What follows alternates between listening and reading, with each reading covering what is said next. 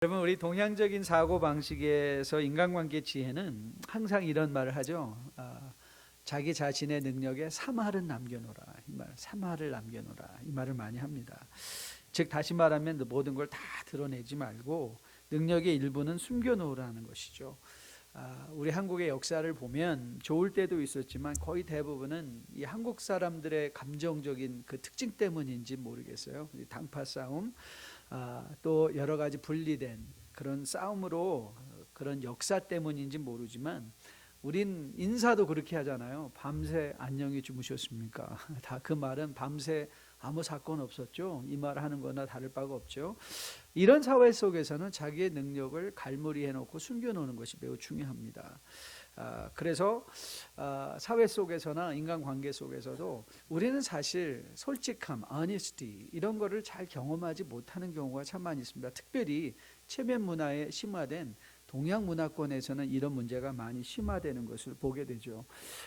그런데 우리는 믿어도 한국 사람으로 믿고 믿어도 우리 동양인으로 믿기 때문에 사실 우리가 갖고 있는 이 문화적 틀은 버리기가 그렇게 쉽지 않습니다.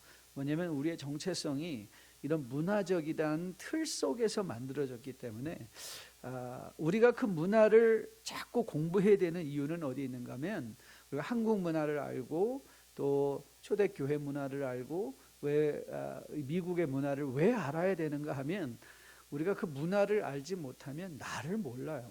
나를 알 수가 없어요. 내가 어떤 틀 가운데 내 자아가 형성됐는가, 어떤 틀 속에서. 그래서 사실은 그 집안 내력도 중요하고 우리가 어떤 환경 속에서 자랐는가도 중요하고, 그런 환경을 공부하는 이유는 그 환경이 나를 만들었기 때문에 나를 온전히 볼 수 있게 하기 위함인 것이죠. 그래서 우리는 사실 체면 문화 속에서 성장한 형성된 자아를 갖고 있는 우리들은 남에게 솔직해진다는 것이 매우 어렵습니다. 그런데 아쉽게도 그런 문화적 특징이 우리 교회 공동체 안에도 다 와 있다는 것이죠. 그리스도가 구주로 고백되고 정말 하나님께서 하나님 모두가 하나님이 우리의 성도들의 아버지로 고백되어지는 그 교회 공동체 안에서 사실 좋은 것이면 좋은 것, 치부면 치부, 강점이면 강점, 약점이면 약점, 이 모든 것들이 우리 모습 그대로 나타낼 수 있고 또 인정받고, 그리고 또 그것에 대해서 공동체가 서로 책임을 져줄 줄 알아야 되는데, 사실 그런 분위기보다는 가능한 한 내가 무언가를 숨겨놓고 싶은, 남이 알지 못하는 뭔가 한 가지는 갖고 싶은 마음, 그래서 모든 것을 다 사람에게 열기보다는 뿔을 감추고 살아가는 그런 분위기가 많이 있는 것을 우리가 보게 됩니다. 그래서 정말 좋은 것들은 우리도 감춰놓고 싶죠. 그리고 능력이라 생각되는 것은 섣불리 보이고 싶지 아니하는 그런 경우들을 많이 보고, 나중에 그것이 우리에게 히든 카드가 되어서 상대방과의 관계 속에서 무언가 우위에 점유하고 싶고, 뭔가 내가 너보다 낫지 않냐라는 것을 증명하고 싶은 도구로 사용할 때가 많이 있는 것을 보게 돼요. 그중 한 가지가 뭐냐면 성령의 능력입니다. 성령의 능력. 그래서 사실은 우리가 이렇게 사도행전 전반부에서 시간을 오래 머무는 이유가 있습니다. 이제 6장이 지나가면 이제 페이스를 굉장히 28장까지는 빨리 나가려고 해요. 그런데 이 사도행전 1장부터 6장까지는 사실 교회의 한 사이클이 진행되고 있다고 해도 상관이 없습니다. 교회가 태동되고 교회가 성장하고, 그리고 이제 8장 가서 교회 안에 문제가 생기고, 그렇죠? 그러니까 이 사도행전의 패턴을 잘 보셔야 돼요. 교회가 하나님의 능력 가운데 탄생하고, 그래서 하나님의 능력 가운데 부흥하고, 그리고 교회가 문제가 생기고, 그 문제를 해결함에 또 하나님이 교회를 흩으시기도 하고, 자, 이런 패턴들을 우리가 보면서 그 안에 그럼 성령은 어떤 역할을 하는 거냐? 성령의 역할. 그래서 이 성령의 역할은 성도들의 신분을 결정하는 것이 아니라, 성도의 능력이 무언가를 설명하는 것이 아니라 하나님이 뭘 하기 원하시느냐, 하나님의 뜻을 우리에게 보여주고 있는 말씀이거든요. 그래서 오늘 본문도 우리가 언뜻 접근하다 보면 우리가 본문을 오해하는 그 요소 중에 가장 큰 요소가 뭐냐면, 봐라, 베드로가 이렇게 성령을 받았더니 능력 있는 사람이 되지 않았느냐. 그래서 베드로에게 임한 성령의 능력으로 초점을 맞춰서 이 본문을 읽어낼 경우가 굉장히 많이 있습니다. 그래서 심지어는요, 어떤 분들은 설교 세미나 갔더니 이렇게 막 설교자들을, 그러니까 닥달하는 이 강사도 있습니다. 닥달하는 강사, 뭐라고 하냐면요, 이렇게 말을 해요. 베드로는 한 번의 설교로 3,000명을 회개시켰는데 어떻게 당신들은 3,000명을 3,000번을 설교하고도 한 명도 변화시키지 못하냐, 이런. 베드로가 한 번의 설교를 3,000명인데 당신들은 3,000번 설교하고도 이 자리에 앉아서 설교 훈련 받고 있지 않냐, 이 말이죠. 그건 사실은 엄청난 오해예요. 오늘 이 본문은 베드로가 성령의 능력을 받았더니 어떻게 강력하게 3,000명이 회개하냐의 문제가 그게 아니에요.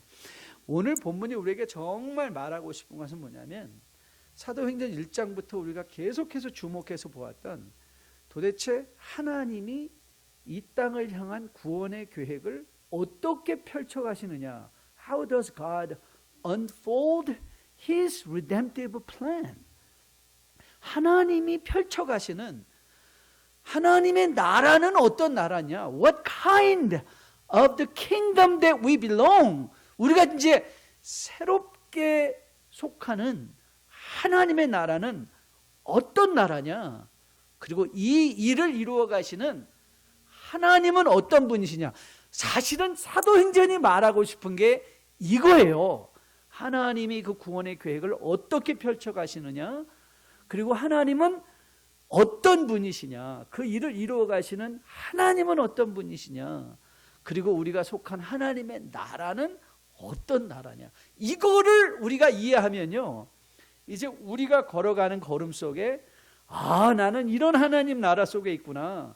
하나님은 이런 구원의 계획을 펼쳐가기 원하시는구나. 하나님은 이런 분이시구나. 이게 파악이 되면요, 이제 우리가 뭘 해야 되는가가 자연스럽게 우리 안에 일어나게 되어 있는 것이죠. 저는 오늘 여러분과 저가 이런 차원에서 오늘 본문이 말하고자 하는 초점이 뭐냐? The very gist of what the text want to say. 오늘 우리가 이 본문이 우리에게 말하기 원하는 것이 무엇인가를 한번 우리 생각의 모자를 쓰고, 여러분 지금 딴 생각하고 있죠. 갈 때 길 얼면 어떡하지? 오늘은 빨리 집에 가야 될 것 같아. 점심이 뭐 집어치우고 빨리 집에 가자. 뭐 이런 생각하고 계시지 마시고 이제 잠시 한번 다시 내 생각의 모자를 한번 쓰고, 자, 이 본문을 같이 한번 깊이 살펴보려고 합니다. 자, 먼저 여러분들이 성경의 본문을 이해할 때는요, 항상 성경이 역사이기 때문에 역사에는 독자가 있다는 걸 기억하셔야 돼요. History always demand reader. 독자들을 요구해요, 역사는. 왜냐하면 역사는 누군가를 위해서 쓰는 거거든요. 그렇죠? 역사를 막 쓰는 법 없어요. 시는 그럴 수 있어요. 시는 그냥 뭐 내 마음에 떠오른 대로 내가 써놓으면 시가 될 수 있어요. 그렇죠? 그러나 역사는 대상을 항상 요구해요. 역사를 읽는 대상이 누구냐? 그래서 역사에는요, 독자가 있어요. 오늘 본문에서도 보면요, 여러분이 사도행전에는 세 가지 다른 독자가 있다는 걸 늘 주시하셔야 돼요. 아니, 모든 역사가 그래요. 그러니까 예를 들면 이런 식이죠. 오늘 베드로가 선언을 했어요. 베드로가 설교를 했는데 그 베드로의 설교를 가장 먼저 들은 사람이 있죠. 그게 누구죠? 본문에 등장하는 군중들이죠. 그렇죠? 그러니까 이들이 지금 일어나고 있는 역사의 일독자예요. 그런데 누가는 사도행전을 쓰면서 자기가 의도하고 있는 독자를 분명히 밝혔죠. 누가복음과 사도행전은 누구에게 쓰여졌다고요? 데오빌로요. 기독교 안에 일어난, 지금 우리 가운데 일어난 일들을 순서대로 적어 가깝게 아뢰는 것이 좋을 것 같다. 기억하시죠? 그러니까 누가는 이 역사를 누구를 위해서 쓰고 있어요? 데오빌로를 위해서 쓰고 있어요.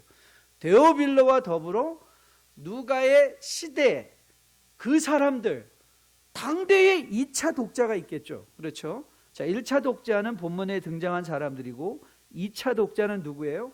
데오빌로와 더불어 사도행전을 읽을 당시의 독자들. 그러면 또 한 명의 독자가 있죠. 그게 누구죠? 누구죠? 여러분과 저죠. 우리가 이 말씀을 읽고 있잖아요. 그럼 여러분 생각해 보세요. 군중들이 느꼈던 것과 데오빌로가 그리고 당대의 사람들이 읽었던 것과 여러분 우리가 읽는 것이 다 동일할까요? 다르죠. 그 다름을 인식하고 그 다름의 의미를 부여하기 위해서 우리가 가장 먼저 해야 되는 것은 본문에서 베드로는 뭘 말하고 군중들은 뭘 들었냐, 그리고 누가는 그 사건을 통해서 데오빌로에게 무엇을 의도했느냐, 그리고 우리는 누가가 데오빌로에게 의도했던 것이 우리에게는 무슨 의미냐, 이걸 찾아내는 걸 성경 해석이다 이렇게 하는 거예요. 그게 성경을 해석하는 거예요. 그러니까 성경 해석은 다른 게 아니에요. 성경 해석은 역사를 해석하는 거예요. 역사를 해석하는 거. 그리고 이 역사 해석 방법은 성경을 이해하는 고유 방법이 아니에요. 여러분이 어떤 세상의 역사책, 삼국사기를 읽어도 뭘 읽어도 세계사를 읽어도 동일한 원리가 적용돼서 성경을 이해하기에 그 역사를 이해하는 거죠. 자, 이런 차원에서 오늘 본문에서 보면 오늘 베드로가 먼저 뭘 말했나? What did Peter say? What did Peter say? 그러니까 베드로가 뭘 말했나를 먼저 듣는 게 굉장히 중요해요. 베드로가 말한 거는 두 가지 사실이었어요.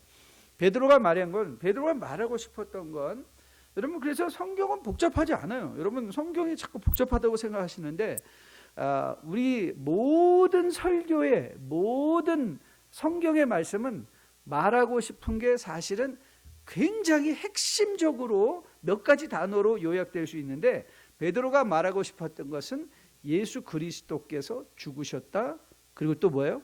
살아나셨다, 이 말을 하고 싶은 거예요. 자, 예수는 어떤 분이다?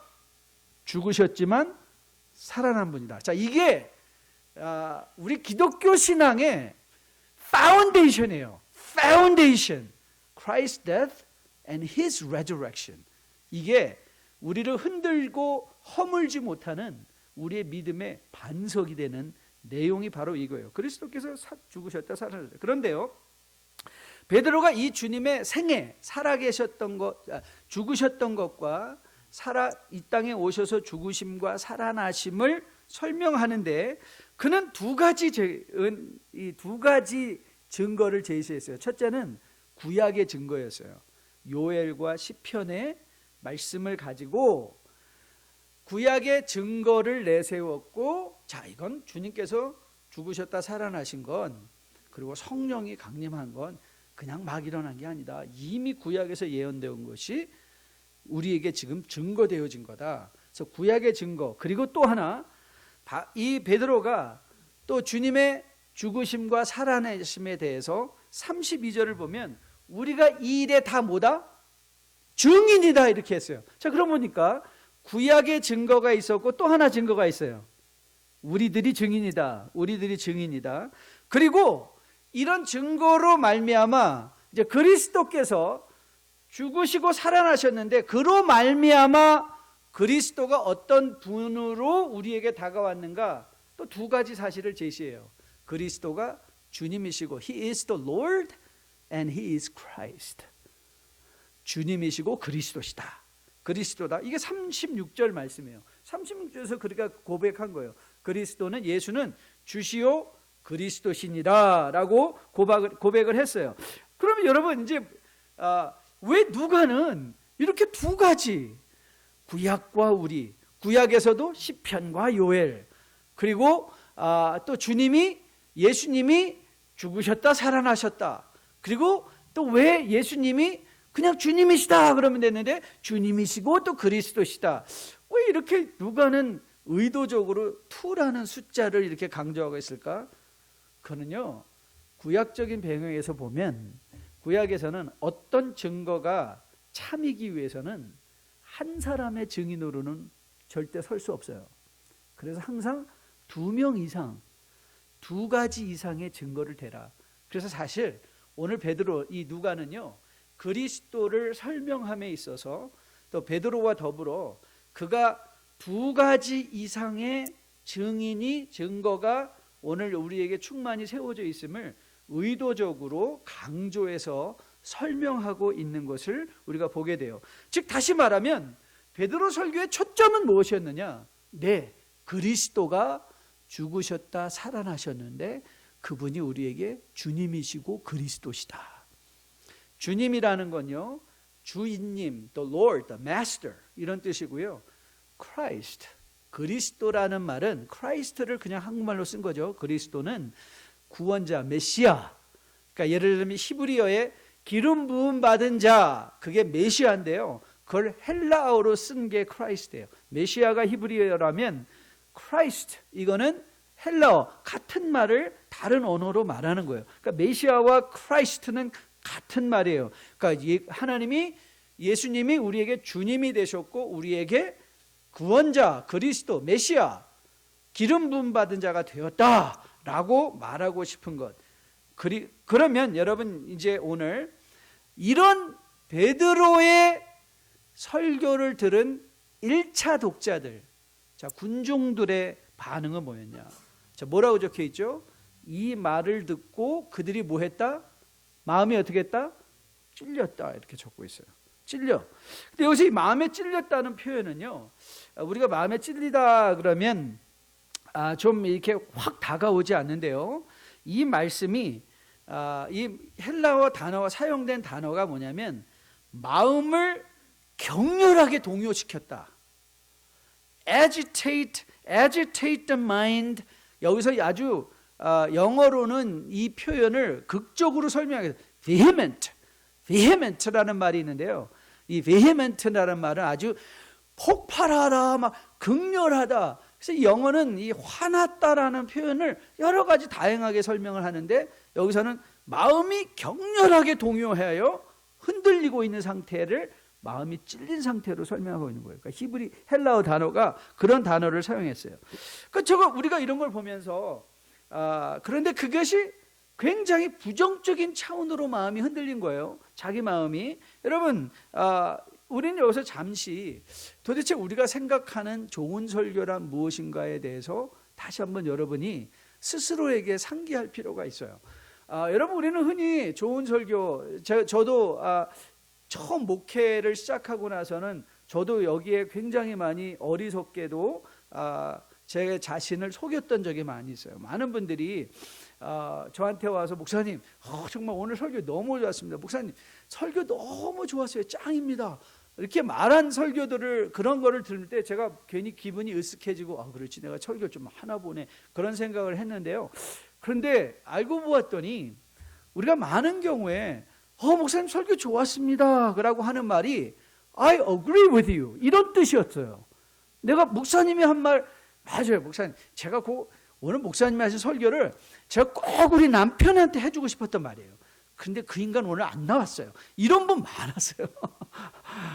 꼭 그 사람이 와서 이 설교를 들어야 되는데, 그러니까 즉 다시 말하면 우리는 흔히 생각하기에 설교가 나와 동의되고 또 내 마음에 들고 또 나를 즐겁게 해주는 것이 좋은 설교라고 생각을 해요. 그렇지만 하지만 오늘 베드로의 설교는 그러지 않았어요. 베드로의 설교는 이 듣는 사람들의 마음을 격렬하게 동요시켰어요. 부정적인 차원으로 자기 스스로를 돌아보게 하면서 격렬함이 있었던 것을 보게 되거든요. 그러고 보면 와, 예수님이 대단하세요. 자기 딸을 좀 살려달라고 와서 예수님에게 막 부탁하고 있던 그 여인에게, 여러분 마태복음에서 15장에서 하신 말씀 혹시 기억하세요? 와, 주님이 어떤 면에서 보면요 굉장히 차가우세요. 주님이 이렇게 말씀하세요. 야, 자녀의 떡을 취해서 어떻게 개들에게 주냐.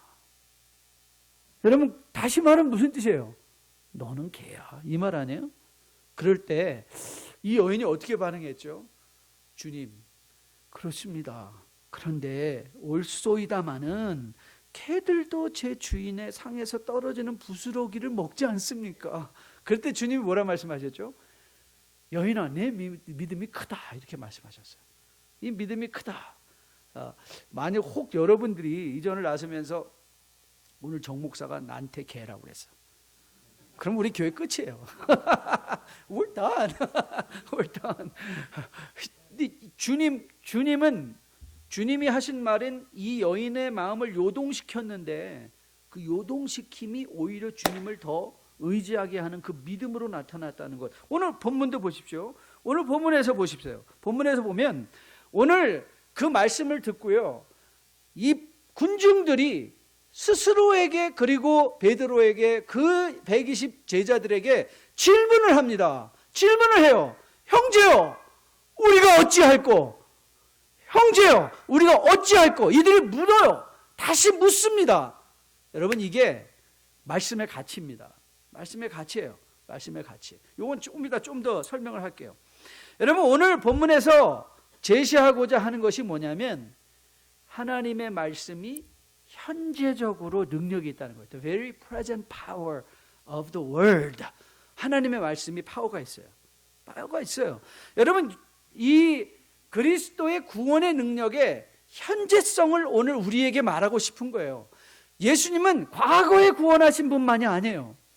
예수님은 미래에 우리를 회복시킬 뿐만 아니라 오늘 여러분과 저에게도 동일하게 이 시대에 역사하셨던 그 하나님의 말씀이 오늘 여러분과 저에게도 동일한 능력으로 전해지고 있는 하나님의 능력임을 오늘 누가는 말하고 싶은 거예요. 전 여러분이 이 하나님의 능력을 마음에 꼭 기억하고 돌아갈 수 있기를 주님의 이름으로 축복드립니다. 오늘 여러분에게 말씀드렸죠. 형제여 어찌할꼬? 저는 오늘 이 말씀을 읽으면서 오늘 아침에 다시 설교를 묵상하면서도요, 그 생각에서 맞다. 제가 요즘 많이 그거를 경험해요. 올해 들어서 정말 이런 경험을 더 많이 하는 것 같아요. 올해 들어서 제가 성경 읽기에 정말 하나님께 감사하는데요. 이제는 성경을 읽고 또 읽고 또 읽고 또 읽다 보니까요, 성경이 말을 걸어오는 게 들려요. 정말 희한해요. 그래서 저는 여러분들도 그런 경험을 하길 원하면서 여러분 성경을 묵상하고 성경을 읽자고 고민하는 거예요. 그런데 신앙생활은 언제 정말 의미 있게 진행되는가 하면 인간들과 말할 때가 아니에요. 하나님이 말을 걸어오실 때. 오늘 여러분 본문을 보면요, 베드로를 통해서 이 군중들에게 하나님이 말을 거신 거예요. 말을 거셨어요. 그랬더니 이들이 화답하죠. 하나님, 우리가 어찌할까요? 여러분, 금요일날 우리 권두근 목사님, 우리 교회가 후원하는 이 하시엔다 지역의 나들목 위성교회 개척교회, 우리 NRMA 교회죠. 오셔서 말씀하시면서 사도행전 22장을 다뤄주셨어요. 그리고 설교 제목을 두 번째 질문이다 이렇게 얘기했어요. 첫 번째 질문에, 그러니까 그 사도행전 22장은 바울이 자신의 구원 간증을 하는 장면인데요, 그가 예수님을 만난 다음에 두 가지 질문을 던져요. 첫째 질문은 주여 그리스도는 누구십니까? 주님은 누구십니까? 그 질문을 했어요. 그러자 주님 뭐라고 대답하셨죠? 내가 핍박하는 예수다, 이 말을 하셨어요. 두 번째 질문이 있어요. 제가 무엇을 해야 할까요? 이 질문이에요. 두 번째 질문. 이게 무슨 뜻이냐면 하나님은 여러분에게 강압적으로 여러분을 로봇처럼 시키는 게 아니라 하나님은 말을 걸어오시는 거예요. 사실 오늘도 하나님이 여러분에게 말을 거시는 거예요. 그리고 여러분의 마음속에는 질문이 생겨야 돼요. 아니면 응답할 수 있는 대화의 거리가 이제 생겨야 되는 거예요. 하나님, 제가 뭘 할까요? 제가 어떤 사람이 되어야 될까요? 제가 지금 이 시점에서 뭘 결정해야 될까요? 하고 어떻게 해요? 하나님께 다시 묻는 거예요. 저는 여러분에게 묻고 싶습니다. 과연 이 살아 역사하시는 예수님과 말씀을 통해서 오늘 교제하고 계신지요? 저는 여러분이 이 예수님과 다른 어떤 세상의 존재보다 이 예수님과 매일매일 교제하고 대화할 수 있는 여러분과 저, 예수님을 과거의 경험으로만 아는 것 아니라 미래의 기대감으로만 마음에 갖고 있는 것이 아니라 오늘 우리의 삶의 현장에 들어와서서 우리와 함께 대화하시는 이 예수님을 꼭 체험할 수 있게 되기를 주님의 이름으로 축복드립니다. 그러자 베드로가 하나님의 말씀을 대언하며 백성들에게 두 가지를 요구했습니다. 첫째, 이렇게 말씀했죠. 베드로가 가로되 너희가 회개하여 각각 예수 그리스도의 이름으로 세례를 받고 뭐하라? 죄사함을 받고 그 다음에 나오는 게 뭐죠? 성령을 선물을 받으리라. 자, 근데 여기서 중요합니다. 뭐가 중요하냐면, 자, 오늘 회개한다, 세례를 받는다 이런 말들이요 다 이제 과거형으로 기록되어 있는 것을 보게 돼요. 이 말의 의미가 뭐냐면, 이들이 회개하고 세례를 받는 것은 그래서 구원을 받는 것이 아니라 이미 그들의 마음에 찔려 하나님이 역사하셨기 때문에 회개와 세례는 뭐로 나타난다? 결과로 나타나는 거예요. 마음의 찔림의 결과예요. 마음의 찔림의 결과가 내 속 사람 안에서만 머무는 것이 아니라 회개하고 세례를 받는다는 게 무슨 뜻이죠? 모든 사람 앞에서 내가 죄인임을 인정하고 이제 주님의 하나님의 백성으로 은혜로 살아가겠다 고백하는 게 세례 아닙니까? 그 세례가 겉으로 드러나는 가시적인 증거가, 구원의 증거가 된다는 사실을 오늘 보여주고 있는 거예요. 그리스도의 복음이 현재적인 능력으로 회개와 세례를 통하여 공적으로 확인되어지고 그 결과로서 우리는 두 가지를 받는데, 첫째는 뭐다? 죄사함과 성령의 능력을 받는다 이 말이에요. 성령의 능력. 자, 그런데 성령이 우리에게 무엇으로 주어진다고 그랬죠? 성령이 뭐다? 선물이에요. 선물. 자, 이게 굉장히 중요해요. 선물이에요. 성령을 선물로 받는다는 건 받는 편의 조건이 아니라 선물을 주는 사람의 의지에 달려 있다는 거예요. 그렇죠? 그러니까 죄사함을 받으면 하나님은 그것과 더불어, 죄사함과 더불어 뭘 주신다는 거예요? 성령을 주신다는 거예요. 성령 하나님. 즉 여기서 성령을 주셨다는 것은 성령을 통하여 우리가 하나님과 교제할 수 있는 근거를 주시겠다는 말씀 아닙니까? 자, 이 성령이 어떤 성령이었죠? 어떤 성령이었죠? 네, 사도행전 2장에서 바로 이 120문도들에게 임했던 불의 혀같이 급하고 강한 바람으로 혀같이 갈라져 각 사람 위에 하나씩 임하여 있던 그 성령이에요. 오늘 베드로가 이렇게 말하는 거 아니에요. 우리가 받은 성령은 특별한 성령이었고 너희들에게 주려는 성령은 저급한 성령이야. 이 말인가요? 이 말인가요? 여러분, 성령이 특별하고 성령이 고급하고 성령이 더 강하고, 와, 저 교회는 성령이 세. 그럼 우리 교회는 성령이 약한가요? 여러분, 성령이 그런 힘이 아니라고 그랬잖아요. 성령은 인격체세요. 하나님이세요.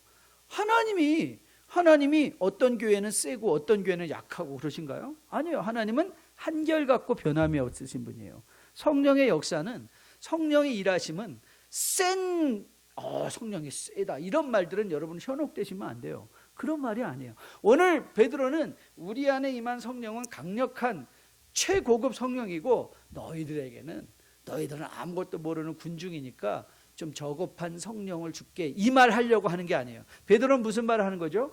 우리에게 임하였던 동일한 성령이 너희에게도 뭐 할 것이다? 임할 것이다, 이 말 하는 거예요. 베드로가 하고 싶은 말이 이 말이에요. 여러분, 베드로는 자기 자신이 성령을 먼저 받았기 때문에 I am special 이 말 하고 싶은 게 아니에요. 베드로는 오히려 우리가 받은 성령은 모든 사람 주께서 택정하시고 먼 데서부터, 이거는 자유자나 종이나 유대인이나 헬라인이나 이방인이나 한국 사람이나 미국 사람이나 할 것 없이 예수 그리스도가 우리의 마음에 들어와셔서 좌정하심으로 말미암아 모두에게 주어지는 하나님의 뭐다? 선물이다. 그러니까 우리는 하나님 나라 안에서 구별이 있을 수가 있나요? 하나님 나라 안에서 더 센 사람이 있고 약한 사람이 있나요? 아니에요. 하나님 나라에서 우리는 다 동일한 사람들이에요. 다 동일한 사람들이에요. 우리가 성령을 받았다. 많은 사람들이 오해할 때, 와, 성령 받은 우리 저 목사님, 저 장모님, 어떤 분들은 야, 저분 성령 받았대요. 특별하다. 특별하지 않습니다. 성령은 성도의 신분을 결정하는 게 아니에요. 성도를 엘리트로 만드는 게 아니에요. 그게 성령이 아니에요. 여러분, 지금 제가 지난 주간에 아주 재미있는 기사를 보고 지금 계속 팔로우를 하고 있습니다. 그게 뭐냐면 이 로만 캐톨릭 교회 지금 바티칸에서 결정이 났을 수도 있어요. 교황이 결정한다고 했는데 무슨 결정이 지금 아젠다로 올라와 있냐면 저 아마존 밀림 지역에 거기도 캐톨릭 신자들이 있는데 아마존 지역에 있는 성직자들은 결혼할 수 있도록 허용해달라. 그 안이 올라와 있어요. 왜냐하면 이 독신으로 이 신부가 되려는 사람이 없는 거예요. 그러니까 2시간 이상을 가요. 그리고 1년에 한 번씩밖에 이 성찬을 하려면 거기 독신으로 신부가 있어야지만 성찬을 받는데 1년에 한 번씩밖에 못 한대요. 너무나 없어서. 그래서 그쪽에서 요청을 한 거예요. 신부도 결혼할 수 있게 해달라. 근데 거기에 나와서 하는 그거에 대해서 찬성하는 비숍이 와서 이렇게 말하더라고요. Being a celibate is never a Bible requirement. 독신으로 살아가는 건 이 성경의 요구 조건이 아니었습니다. 그냥 교회가 요청한 것입니다. 그래서 아마 교황이 허락할 가능성이 많습니다. 그렇게 말하더라고요. 그러면서 그 말을 하세요. 베드로, 우리 로마 캐톨릭들은요 1대 교황이 베드로라고 생각을 해요. 그런데 1대 교황도 결혼을 했거든요. 베드로의 장모가 아프셔서 주님이 들어가셔서 그 무슨 뜻이죠? 분명히 결혼했던, 아니 자기네 1대 교황도 결혼을 했는데 왜 다른 사람은 결혼 못하게 하지? 근데 그분이 그 말을 해요. 여러분, 캐톨릭 신부가 독특한 것, 그가 독신으로 살기 때문에 그의 신분이 결정되는 게 아니라는 거예요. 그건 성경적 기준이 아니라는 거예요.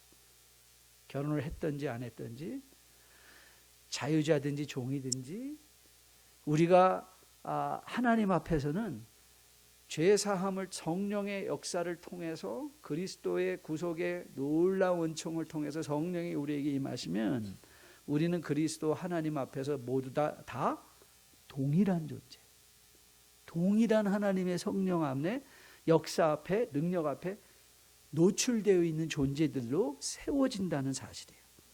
보세요. 39절에서 베드로가 뭐라고 말하고 있죠? 자, 39절 같이 한번 읽어볼까요? 이 약속은 너희와 너희 자녀와 모든 먼데 사람 곧 주 우리 하나님이 얼마든지 부르시는 자들에게 하신 것이다. 그러면서 말을 하죠. 너희가 이 패역한 세대에서 구원을 받으라 라고 말하면서 뭘 얘기하고 있는 거예요? 우리는 독특하다, 특별하다가 아니다. 너희가 우리 안에 들어오라 이 말을 하는 거 아니에요? 그렇죠? 자기네들을 특별한 그룹으로 만들어 놓는 것이 아니라 우리 안으로 다 들어와라. 여러분, 이 말이 우리에게 굉장한 중요한 의미를 갖고 있습니다. 의미는 뭐냐면 교회가 하는 일이 세상에 대하여 메시지가 되는 것뿐만 아니라 교회 그 자체가 메시지가 된다는 거예요. 그러니까 여러분들이 세상에서, 교회는 믿는 성도들의 무리들이니까, 그렇죠? 여러분들은 교회가 되어 여러분의 직장에 가 있는 거예요. 여러분이 가서 무슨 교인 티를 내고 뭘 하려고 하지 않아도 여러분이 있는 그 자체가 뭐라는 거예요? 메시지라는 거예요. 메시지라는 거예요. 그러니까 여러분이 무슨 질문을 던져야 돼요? 내가 지금 무슨 메시지를 주고 있냐를 물어야 돼요. 그 직장에서, 그 사업장 안에서 나는 무슨 메시지를 지금 전하고 있는가? 여러분, 하워드 스나이더라는 학자가 Community of the King, 왕의 커뮤니티라는 책에서 이렇게 말했어요. 한번 들어보실래요? 한번 들어보세요. 교회는 메시아적 공동체다. 즉 진정한 메시아를 알고 그를 주로 시인하여 그의 복음을 땅끝까지 전하는 자들의 공동체다. 그러므로 교회는 하나님 나라의 대행자이다. 이게 굉장히 중요해요. 대행자, vicar of God. 그러니까 우리 교회는요, 이 땅에 교회가 존재하는 것 이 자체 하나만으로도, 교회가 무슨 나가서 뭐라 하지 않아도 교회 그 자체가 하나님의 이 패역한 세대와 구별되는 하나님 나라의 시대의 그냥 메시지가 된다는 거예요. 그냥 메시지가 되는 거예요. 왜냐하면 하나님 우리를 그렇게 부르셨기 때문에. 그렇기 때문에 우리 성도들이 무교회주의자는 것이 있거든요. 그건 너무나 비성경적이에요. 무교회주의자는 있을 수가 없어요. 왜냐하면 우리는 그리스도를 머리로 하는 하나님의 나라의 커뮤니티에 존속되지 않으면 우리의 신앙은 의심해 봐야 돼요. 교회에 속하지 않는 믿음은 이건 의심해 봐야 돼요. 왜냐하면 교회는 그리스도의 몸이기 때문에 그렇죠. 그래서 우리는 이 몸으로 존재하며 세상에 대하여 지금 역사하시는 하나님의 나라, 우리가 존재하면서 야, 저런 사람들이 구원을 받을 수 있다면 나도 구원받을 수 있겠네, 이 메시지가 되는 거예요. 우리가 그 메시지를 세상에 전하며 살아나는 것. 즉 베드로가 오늘 밝히 증거하는 사실이 뭐냐? 너희도 이 성령을 선물로 받을 것이다라는 거예요. 그리고 누가는 이 사실을 베드로에게, 이 데오빌로에게 전하는 거죠. 당신도 이 성령을 받을 수 있습니다.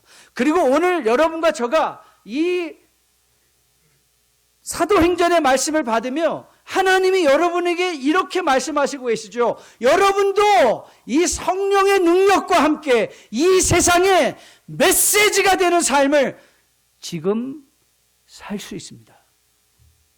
지금 살 수 있습니다.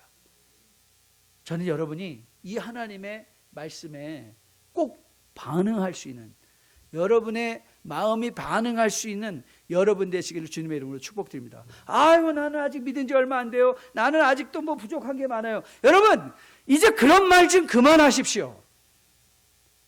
여러분, 부족한 거 하나도 없습니다. 성령 부족하지 않습니다. 여러분들이 예수를 믿는다면 다른 것 없습니다. 이 두 가지 질문, 예수님은 나의 인생의 주인이시다. 그리고 그 질문, 주님, 오늘 아침에 내가 무슨 말을 할까요? 내가 주님, 주인님, 내가 오늘 직장에서 어떻게 행동할까요? 여러분, 이건 믿음이 약하다 강하다하고 차이 없습니다. 질문을 던져보세요. 그냥 질문을 던져보세요. 여러분들이 정말 중요한 결정의 상황 속에 들어갔을 때 거기서 무릎 꿇고, 주님, 제가 여기서 무엇을 하리까? 무엇을 하리까? 여러분의 생각이 사람들에게 들려지기 전에 하나님께 들려지게 하시는 거예요. 하나님께 들려지게 하는 것. 그게 뭐예요? 성령을 받은 자의 합당한 자세고, 이거는 믿음의 깊고 낮음에 상관없이 우리가 마땅히 하나님 앞에 감당해야 될, 그리고 구원이 우리에게 요청하는 하나님의 역사인 것을 전 여러분이 기억할 수 있게 되기를 주님의 이름으로 축복드립니다. 여러분, 많은 경우에 보면요, 이런 경우가 있습니다. 자기 스스로를 약하게 규정을 해놔요. 그리고 자기가 못하는 것이 당연하다고 생각을 해요. 그리고 시도도 안 해요. 시도도 하지 않아요. 저는 이런 현상이 하나님 나라에서 가장 아쉽다고 생각을 했어요.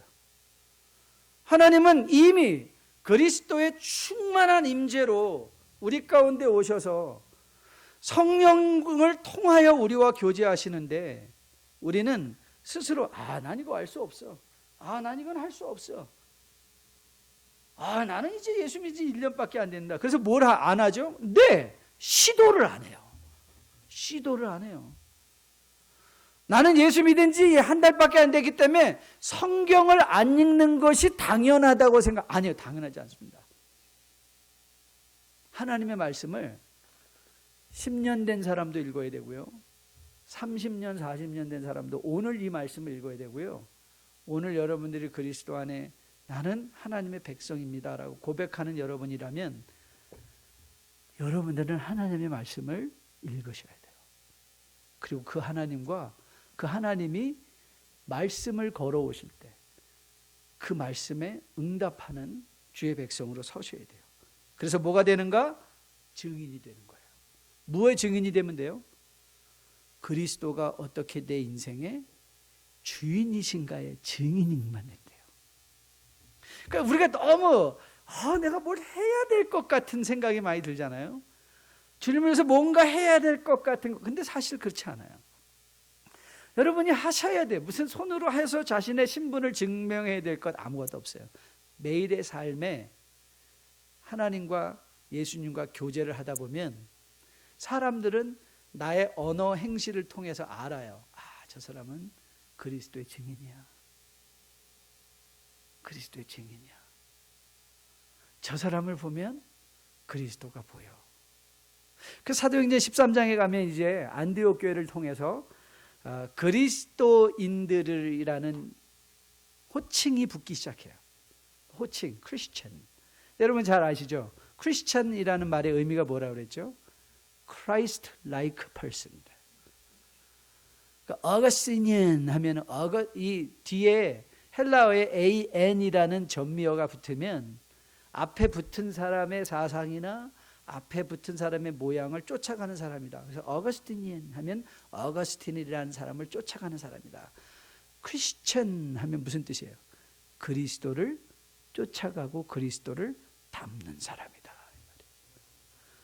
여러분, 그리스도를 닮는 건 우리가 뭘 하기 때문에 하는 게 아닙니다. 그리스도가 매일의 삶의 현장 속에서 그리스도가 드러나게 하면 되는 겁니다. 나의 언어 행실. 그러다가 하나님이 우리에게 특별한 태스크를 바울처럼 맡길 때도 있습니다. 그럼 그 일을 하면 됩니다. 그런 특별한 태스크가 아니라면 매일 나의 삶의 현실, 나의 직장, 나의 사업장에서 여러분이 그 질문을 하면 돼요. 나는 오늘 내가 하는 말을, 내가 하는 일을 통해서 뭐가 증거되고 있을까? 뭐가 증거되고 있을까? 물어보시면 돼요. 그리고 우리는 무엇만 하면 돼요? 내 안에서 일하고 계신 그리스도의 증인이면 되는 거예요. 그리고 베드로가 오늘 그 일로 모든 백성들을 다 초대하고 있는 거예요. 베드로는, 아니 여기 모인 제자들은 자기가 가진 능력이 특별하다고 여기지 않아요. 아니 오히려 베드로는 그 안에 있는 모든 능력을 아낌없이 거기 모여있는 모든 사람들과 다 함께 공유하기를 원하고 있어요. 속이지 않아요. 감추지 않아요. 그래서 어느 순간에 자기가 뛰어난 사람이라고 드러나기를 원하지도 않아요. 여러분 사도행전을 보다 보면 사도행전이 처음 9장까지는 베드로가 앞장서서 하나님의 나라의 역사를 인도해 가지만 9장 이후에는 이제 바나바가 등장을 해요.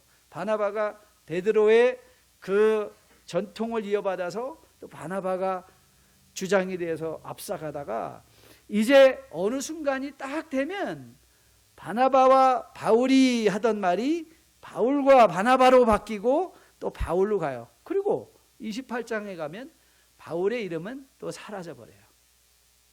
그리고 거기에 누구의 이름이 들어가면 되죠? 여러분의 이름이 들어가고 저의 이름이 들어가면 되는 거예요. 우리는 늘 사라져요. 영원히 남아있지 않아요. 사라져요. 괜찮아요. 왜냐하면 우리가 하는 일로 증명받는 사람들이 아니라 우리 안에 계신 그리스도로 우리는 우리의 스스로의 존재의 가치가 증명되는 사람이기 때문에 역사의 앞에 있어도 괜찮고 뒤에 있어도 상관이 없는 거예요. 베드로는 기꺼이, 바나바도 기꺼이, 바울도 기꺼이 역사의 뒤안으로 사라지는 것을 두려워하지 않아요. 왜냐하면 그의 가치는 그에게 임한 하나님의 임재로 결정되는 것이기 때문에 그렇죠. 여러분 혹시 이명래 교회 기억하십니까? 그 왜 시꺼먼 데다가 중간에 무슨 좀 코딱지 같은 거 누르끼끼 하고 뭐 종기가 난데 붙여놓으면 그냥 구멍이 뻥 뚫려가지고 언젠가 제가 생겨가지고 한국을 방문하는데 이명래 고약을 찾았더니 그분이 그러더라고요. 목사님 요즘 이명래 고약은 별로 효능이 없습니다. 그래요. 그래서 왜 그러냐 그러니까 이명래 씨가 돌아가실 때 비밀을 안 가르쳐 줬대요. 그래가지고 이건 다 카피본들이래요. 카피본들. 원본이 아니라서 그래서 효능이 없대요. 세상은 이런 곳입니다. 자기가 알고 있는 거 조그만 거라도요 나누지 않아요. 숨겨놓고 그것으로 자기 능력인 양 드러내길 원해요. 그런데 성령 역사하심을 경험한 자들은요 아낌없이 다 내놓죠. 같이 합시다. 하나님 나라의 같이 증인이 됩시다. 우리 안에는 티열가 있는 것 아닙니다.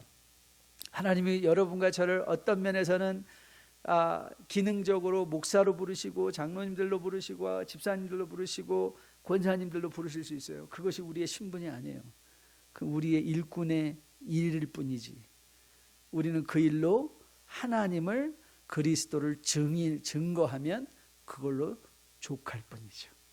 저는 여러분과 저가 이 하나님 나라의 놀라운 원리를 마음에 기억하고 펼쳐져 가는 사도행전의 역사 속에 여러분의 자리가 분명히 자리매김될 수 있기를 주님의 이름으로 축복드립니다.